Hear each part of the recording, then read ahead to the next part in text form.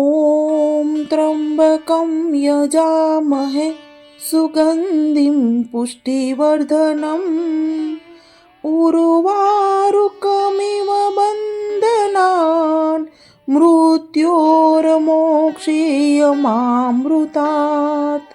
મિત્રો, આજે આપણે શિવપુરાણ મહાત્મ્ય વિશે વાત કરીશું, જે આદિથી અંત સુધી મંગલસ્ય છે, જેના સમાન ત્રણેય લોકમાં કોઈ ઉત્તમ વસ્તુ નથી, જે ઈશ્વર અજર અને અમર છે તથા આજ્ઞા રૂપે પ્રકાશે છે, જે પરમાત્મા 5 મુખોવાળા હોય, જગતની રચના, પાલન, સંહાર, અનુગ્રહ તથા ખરા ભાવરૂપ કાર્ય કરે છે, તે સ્વરૂપ શ્રેષ્ઠ ઈશ્વર શ્રી શંકર ભગવાનનું છે.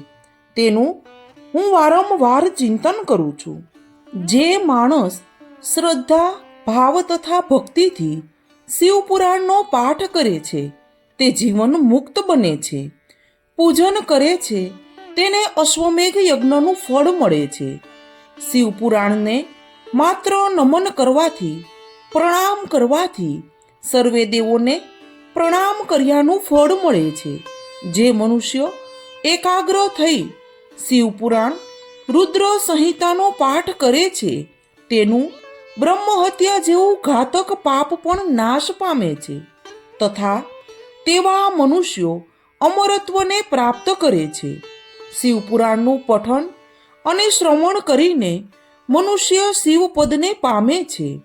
શિવપુરાણનું પઠન કરવાથી સર્વે પાપો દૂર થાય છે. સર્વશ્રેષ્ઠ દેવ, પરમ પૂજ્ય દેવ મહાદેવ છે. શિવ કૃપાથી ભક્તિ થાય છે અને ભક્તિ વડે શિવ કૃપા થાય છે. શિવપદની પ્રાપ્તિ એ સાધ્ય છે. શિવજીની પૂજા અર્ચના કરવી તે સાધના છે. પાપ કરનારા, દુરાચારી, દુષ્ટ, કામી લોકો પણ શિવપુરાણના પ્રભાવથી શુદ્ધિ પામે છે. જે ઘરમાં શિવપુરાણ વંચાય છે, તે ઘર તીર્થરૂપી બની રહે છે. આ કળિયુગમાં જન્મેલા મનુષ્યોના મનને નિર્મલ કરવા માટે શિવપુરાણથી ઉત્તમ અન્ય કોઈ સાધન નથી. ભગવાન વેદવ્યાસે શિવપુરાણમાં 2400 શ્લોક લખ્યા છે. શિવપુરાણ ત્રિવિધ તાપને સમાવતા તથા સુખ આપનાર છે. મિત્રો, આવા ધાર્મિક વિડીયો સાંભળવા માટે અમારી ચેનલ હિન્દુ પરંપરા સાથે જોડાયેલા રહો.